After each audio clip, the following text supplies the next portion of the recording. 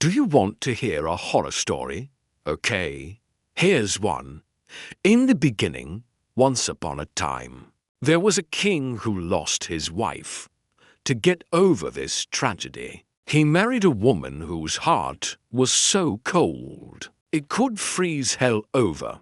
This lady had two daughters, Snow White and Rose Red, whose beauty knew no bounds, and she wanted them to be the envy of everyone, especially her husband's deceased legitimate daughter, Ella, who was known as Cinderella. She forced Cinderella to do all the housework while they lounged around doing nothing. But this wasn't enough. She also wanted to dress Cinderella up in rags so that her stepdaughters would always outshine her. One day, the king announced that a great ball would be held in the kingdom and every eligible young lady was invited. Cinderella longed to go, but when she asked her stepmother if she could attend, she was refused. Instead, Cinderella was told to stay home and clean up the mess after the party. Devastated, Cinderella retreated to her room, where she cried non-stop until a mouse came up to her and said, "Why are you crying?" Startled, Cinderella explained her situation. The mouse said, "Don't worry, little one. I'll tell my queen what happened and we'll see if we can help you." Then the mouse ran away. Soon enough, the mouse returned with a group of mice. "You must come with me right now," they said. Cinderella was confused, but followed them anyway. They led her to a field outside the city, where they all began to dig a hole. Cinderella understood they were building a tunnel to her late mother's grave. There, the Queen Mouse lived, and when she heard what had happened, she summoned all the animals in the forest to aid Cinderella. They cleaned her up and made her a beautiful gown out of flowers. Then they piled her into a pumpkin carriage and surrounded her with mice that were made into horses. After bidding them farewell, Cinderella arrived at the palace just in time for the party. There, she attracted the attention of the prince, who asked her to dance. The two of them enjoyed themselves so much that Cinderella forgot she had to leave at midnight. Suddenly, the clock struck 12. Startled, Cinderella fled, losing one of her golden slippers in the process. The prince found it and instantly fell in love with it.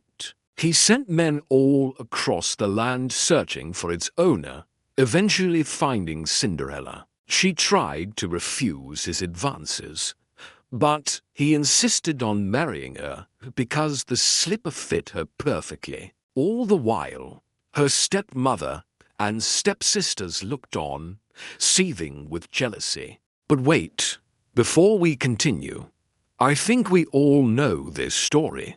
You probably heard it when you were younger. We're all familiar with Disney's version or some other animated retelling of Cinderella. But what if I told you that the version most people know is just a tiny fragment of the original tale? The one usually told to children is a sanitized adaptation that removed the original tale's most horrific and gruesome elements. In fact, the story we all know and love has its roots in an ancient oral tradition of stories about a mistreated girl who attends a royal ball, meets a prince, and then flees, leaving behind one of her golden rings instead of a shoe.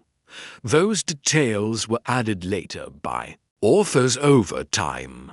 The most famous retelling of the Cinderella story was most famously collected by the brothers Grimm, who included it in their book, Grimm's Fairy Tales, published in 1812. Their version was based on a story told to them by Dorothy Pearson Veman, the daughter of a former servant who heard it during her time in the royal household of the King of Prussia. And Grimm's version is definitely not your average story of magic and talking mice. It's a dark and brutal lesson in justice. In the Grimm version, the magical help does not come from a fairy godmother, but from a wish-granting tree that grows from Cinderella's mother's grave, where the spirit of her mother lives on. The famous shoe is not made of glass, a poetic addition by the French author Charles Perrault, but is a golden slipper that the prince uses to find her. The prince comes across the shoe and becomes enamored with it. So enamored, in fact, that he recruits two courtiers to help him carry it around as he goes in search of her. The slipper fits perfectly, but the wicked stepsisters, in their desperation, are given a cruel idea by their mother. They hack off the toes and heels of their feet and attempt to fit their feet into the golden slipper. When this fails, the stepsisters take it a step further. The older stepsister cuts off her own big toe to make her foot fit into the golden slipper. The prince, blinded by love, doesn't notice anything amiss and believes he has found his bride. As she walks to the prince, two doves that perched on the tree call out to him, saying, "Look, look, there's blood in the shoe. The shoe is too tight.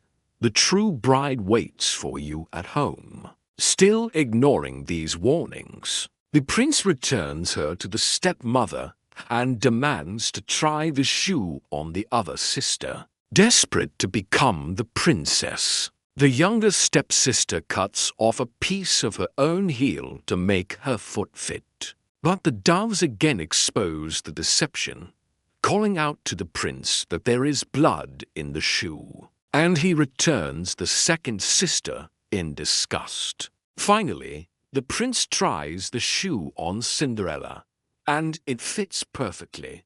Now understanding what a fraud his fiancée had been, the prince is filled with shame.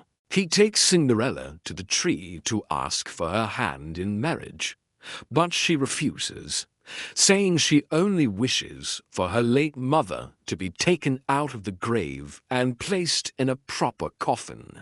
The doves understood and went to work carrying the coffin away. Overjoyed to have her mother's remains treated with respect, Cinderella accepts the prince's proposal, and the two are wed. Now, the doves return to the tree, which bears fruit that tastes like sweet marzipan. Cinderella is allowed to eat the fruit without any ill effects, but the stepsisters are driven insane by its taste and fall to the ground screaming and gnashing their teeth. The final, gruesome act of the story is an act of revenge, not reconciliation. On Cinderella's wedding day, as the stepsisters try to win back her favor, the two doves fly down from the heavens. In a final, brutal show of justice, the doves peck out the eyes of both stepsisters, leaving them blind for the rest of their lives. So this story isn't about happily ever after. It's a story of divine retribution and a moral lesson that crime and deception will be punished, and that the vengeance will be swift and cruel. It's a story of blood and family, of how jealous stepmothers and stepsisters will destroy themselves to inherit their rivals' beauty and status. In the original tale, Cinderella's slipper doesn't fit her stepsisters because she's literally the only person in the kingdom whose blood matches her late mother. The doves aren't trying to warn off the prince. They are the embodiment of Cinderella's mother, watching over her daughter and waiting for the moment when they can finally take revenge on those who wronged her. So why do we tell kids a version of this story where the stepsisters are given a second chance and everyone ends up happy? Well, Stories change with the times and reflect the fears and morals of the generations that tell them. Grimm's fairy tales was originally intended for adults. It reflected the turbulent social anxieties of the 19th century, a time when blood and lineage were everything. If you didn't have the right blood, you could never truly succeed. Even if you were impossibly beautiful, you couldn't escape the consequences of your bloodline. This is why Cinderella is desperate to go to the ball. She wants to catch the eye of the prince so she can better her station in life and lift the curse on her and her family. When we sanitize these stories, we lose sight of the morals that drove them in the first place. And what's more, we don't often talk about the violence that runs rampant through fairy tales. In Grimm's version of Cinderella, there is mutilation, dismemberment, blinding, torture, and death. Even the version most of us know has its fair share of violence. Cinderella loses her father at the start of the story. Her stepmother and stepsisters treat her like a slave. And even though she escapes, she is still forced to chop off part of her heel to make the shoe fit. These violent acts are not put in there for shock value, but to drive home the moral of the story. Cinderella's stepsisters are consumed by their own vanity. They are willing to disfigure themselves to become princess. This is the ultimate expression of evil.